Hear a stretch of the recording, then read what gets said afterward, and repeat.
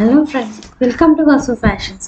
ఇప్పుడు మనం నార్మల్ కుర్తా లేదా టాప్ ఎలా కుట్టాలో చూద్దాం. దీనికోసం 2 మీటర్ల మంగళగిరి ఫ్యాబ్రిక్ తీసుకున్నాను. అది పన్నా వచ్చేసి 43 ఇంచెస్ అంటే వెడల్పు.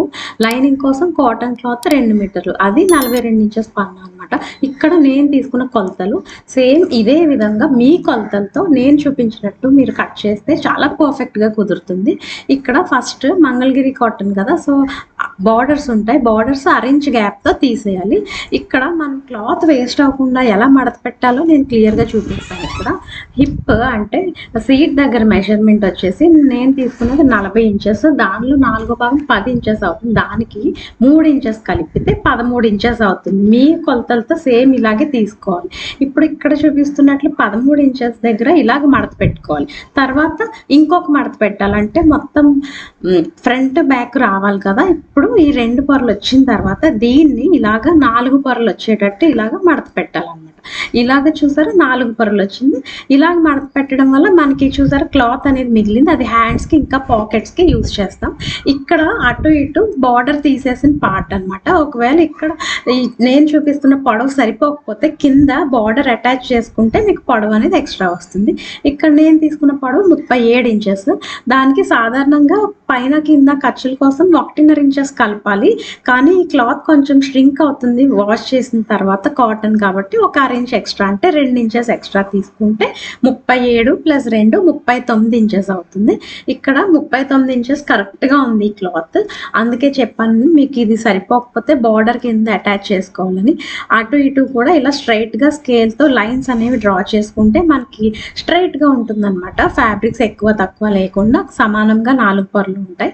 ఇక్కడ షోల్డర్ కొలత వచ్చేసి నేను తీసుకున్నది 15 ఇంచెస్. 15 ఇంచెస్లో సగం 7.5 ఇంచెస్ అవుతుంది. సో మీ షోల్డర్ మెజర్మెంట్తో సేమ్ ఇలానే మీరు కూడా తీసుకోవాలన్నమాట. 7.5 ఇంచెస్ ఫోల్డెడ్ సైడ్ ఉంటుంది కదా, మడతున్న సైడ్ అటువైపు నుంచి తీసుకోవాలన్నమాట. 7.5 ఇంచెస్ దగ్గర మార్క్ చేసుకోవాలి. సాధారణంగా నెక్ డీప్ పట్టి షోల్డర్ అనేది మారుతుంది. ఈ ఫార్ములా పట్టి మీరు కరెక్ట్గా నేను చెప్పే విధంగా కట్ చేసుకుంటే షోల్డర్ జారడం ఇలాంటి ప్రాబ్లమ్స్ ఏమీ ఉండవు అనమాట. నేను ఇక్కడ నెక్ వెడల్పు మెడ వెడల్పు 3 ఇంచెస్ తీసుకుంటున్నాను. ఇక్కడ చూపిస్తున్నట్లు 3 ఇంచెస్ దగ్గర మార్క్ చేసుకోవాలి. ఇప్పుడు ఫ్రంట్ నెక్ అంటే ముందు మెడ పొడవు వచ్చేసి 5.5 ఇంచెస్ దగ్గర మార్క్ చేసుకుంటున్నాను. మీరు కావాలంటే 6 ఇంచెస్ కూడా తీసుకోవచ్చు. వెనుక మెడ ఏమో 6 ఇంచెస్ తీసుకుంటున్నాను. ఇక్కడ చూపిస్తున్నట్లు పైనుండి ఇలాగా 6 ఇంచెస్ దగ్గర మార్క్ చేసుకోవాలి. ఇది వెనుక మెడ అనమాట.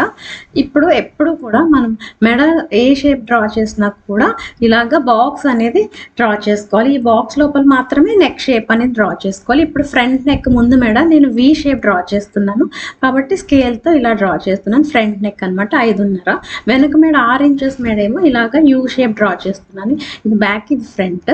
ఎప్పుడు కూడా వెనక మెడ 2 ఇంచెస్ మాత్రమే తీసుకుంటే మనం షోల్డర్ ఇలాగ ఫుల్ మెజర్మెంట్ తీసుకోవాలన్నమాట. అంటే షోల్డర్లో సగం.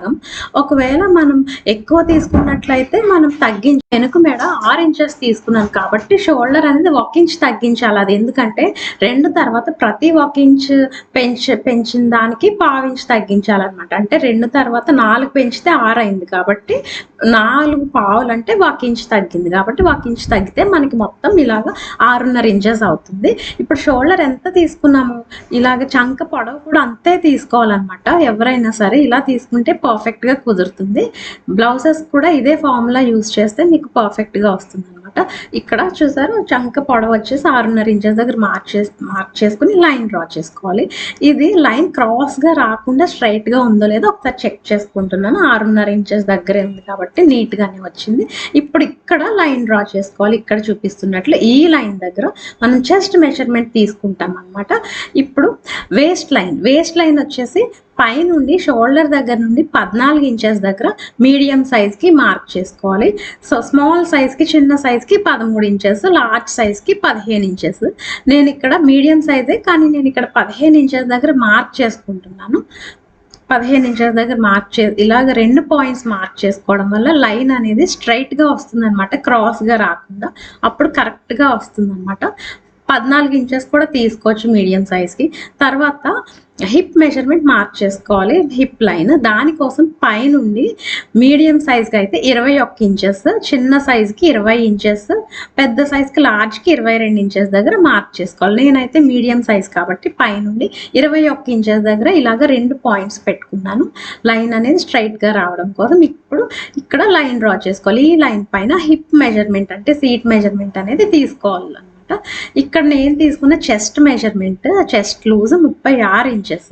దానిలో 4వ భాగం ఎలా చేయాలంటే ఇక్కడ టేప్తో ఫస్ట్ ఒకసారి మడత పెట్టి తర్వాత రెండోసారి మడత పెడితే 4 భాగాలు వస్తాయి కదా. ఇప్పుడు ఆ వచ్చిన భాగం ఎంతో చూస్తే 9 ఇంచెస్ అవుతుంది అనమాట.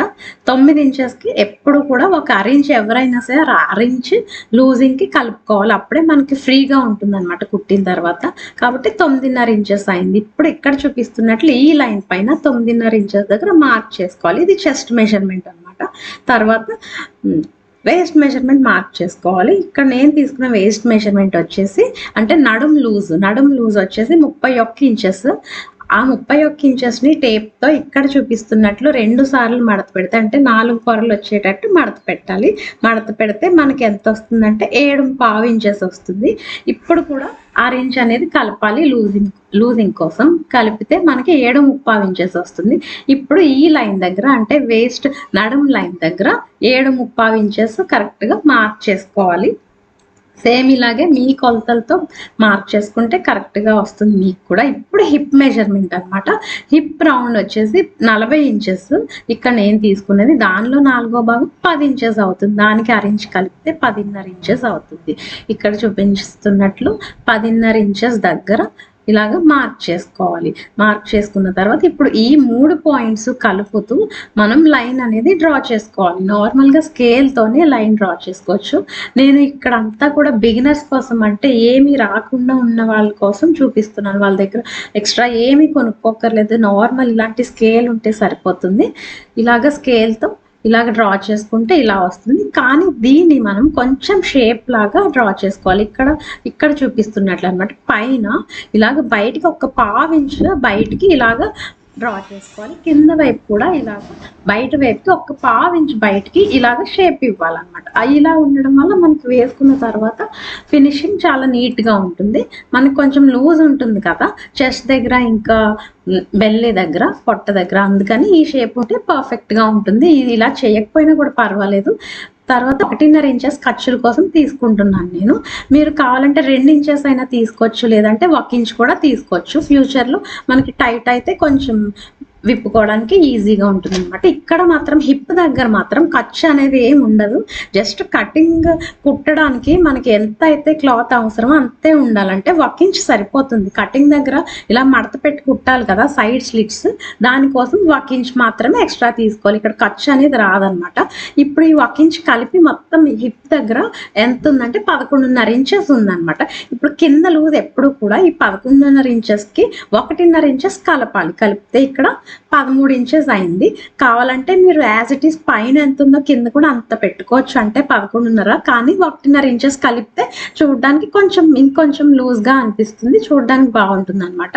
ఇక్కడ చూసారా 13 ఇంచెస్ నేను ఆల్రెడీ ముందే కరెక్ట్గా చూసి తీసుకున్నాను కాబట్టి కరెక్ట్గా వచ్చింది. ఇప్పుడు ఈ సైడ్ ఖర్చుల దగ్గర లైన్ కూడా ఇలాగ డ్రా చేయాలి. ఇప్పుడు కింద 1 ఇంచ్ పైకి ఈ కార్నర్లో మార్క్ చేసుకోవాలి. చేసుకున్న తర్వాత ఆ కింద నుండి ఈ 1 ఇంచ్ పైకి ఇలాగా క్రాస్గా లైన్ అనేది డ్రా చేసుకోవాలి.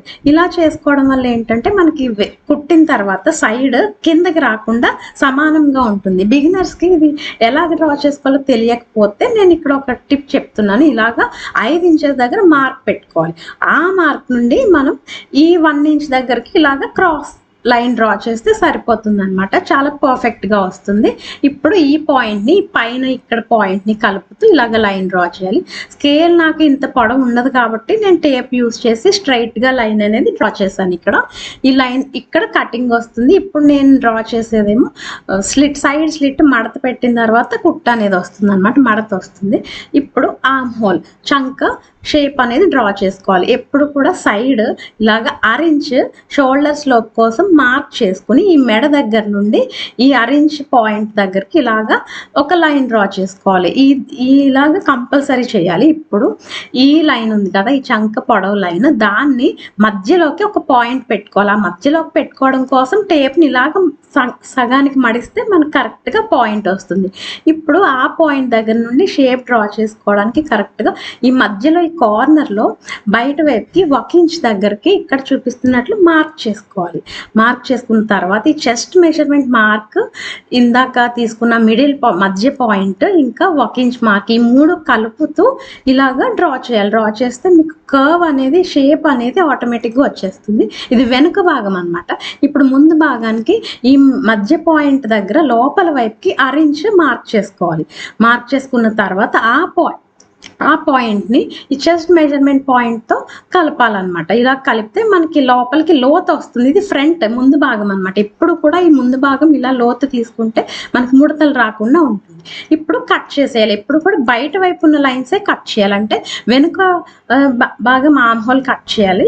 మిగిలిందంతా ఒకటే లైన్ కాబట్టి ఇలా కట్ చేసేయాలి బయట కటింగ్ పార్ట్. ఇప్పుడు నెక్ నేను ఇక్కడ కట్ చేయట్లేదు. ఇక్కడ సైడ్ ఎక్కడైతే కుట్టు వస్తుందో అక్కడ చిన్న కట్ పెట్టుకోవాలి. నెక్ దగ్గర కూడా కట్ పెట్టుకోవాలి. ఎందుకంటే రెండు వేరేగా ఉన్నాయి కాబట్టి నేను నెక్స్ అనేవి రెండు ఇలా సెపరేట్ చేసేయాలి. సెపరేట్ చేసిన తర్వాత ఇప్పుడు నెక్ అనేది కట్ చేస్తాను.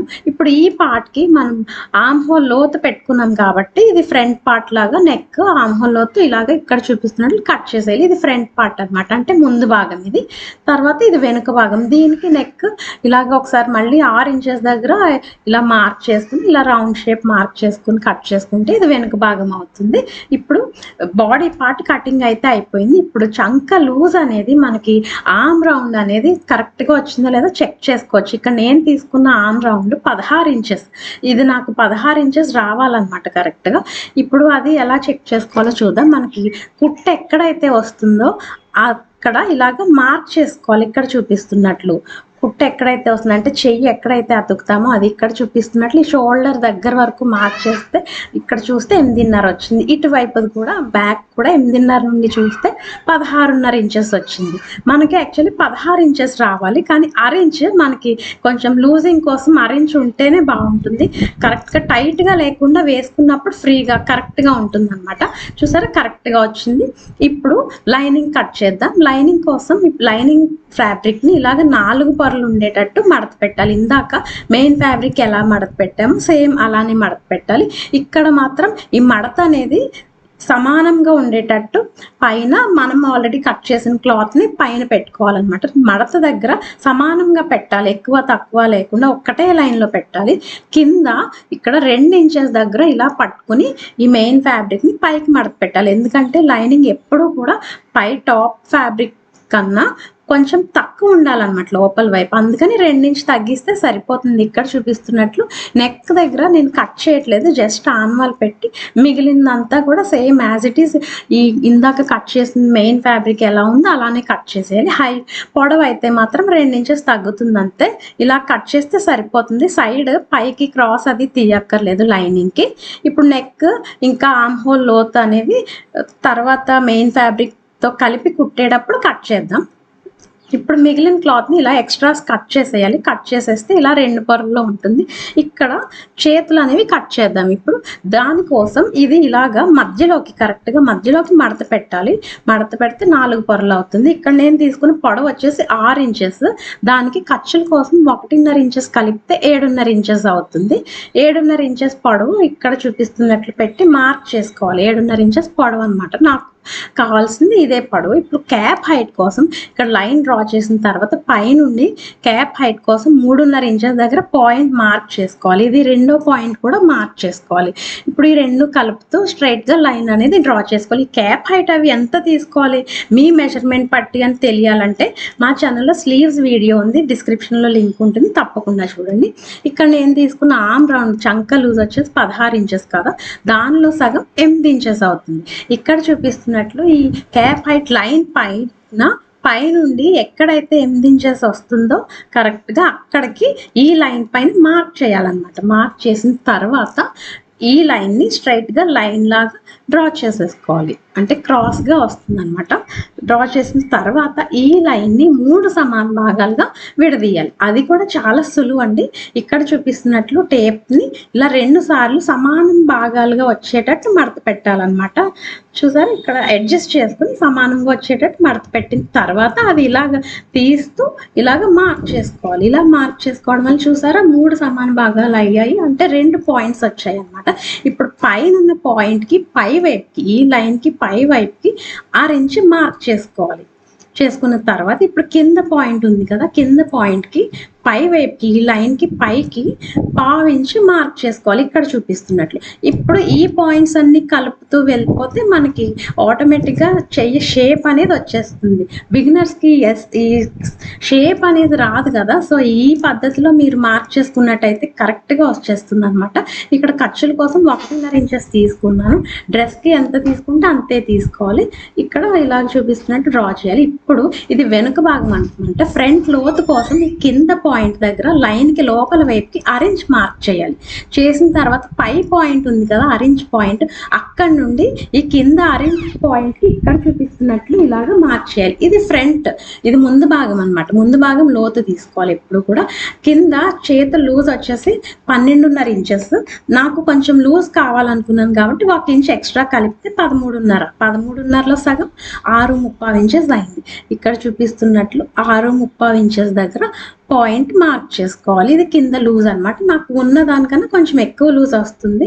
ఇప్పుడు ఖర్చుల కోసం పైన ఎంత అంతే తీసుకోవాలంటే 1.5 ఇంచెస్ తీసుకుంటే సరిపోతుంది. సేమ్ యాజ్ ఇట్ ఈస్ పైన లాగే తీసుకోవాలి. ఇప్పుడు ఇక్కడ నేను డ్రా చేసిన లైన్ దగ్గర కుట్ట వస్తుంది. ఇప్పుడు ఇక్కడ డ్రా చేసే లైన్ దగ్గర కటింగ్ వస్తుంది అనమాట. ఎప్పుడు కూడా వెనుక భాగమే కట్ చేసుకోవాలి. ఫ్రంట్ లోత్ అనేది కట్ చేసుకోకూడదు, ఎందుకంటే ఇది 4 పొరల్లో ఉంది కదా. ఇక్కడ మధ్యలో కట్ పెట్టుకోవాలి. కట్ పెట్టుకున్న తర్వాత ఈ 2 విడది ఇక్కడ కూడా కట్ పెట్టుకోవాలి కుట్టే చోట. ఇప్పుడు కింద సెపరేట్ చేసేయాలి, మనది కలిసిపోయింది కదా. ఇప్పుడు 2 పొరలు మాత్రమే ఈ ఫ్రంట్ లోత్ అనేది కట్ చేయాలి. కట్ చేసిన తర్వాత ఇక్కడ ఒక చిన్న కట్ పెట్టుకుంటే మనం కుట్టేటప్పుడు తెలుస్తుంది ఫ్రంట్ అని.